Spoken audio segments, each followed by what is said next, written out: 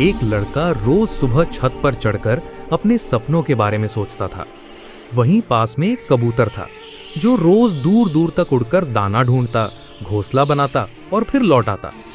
लड़का कहता, काश मैं भी उड़ पाता। कबूतर मानो कह रहा हो, उड़ना नहीं, कोशिश जरूरी है। लड़का सिर्फ सोचता रहा। कबूतर हर दिन मेहनत करता रहा।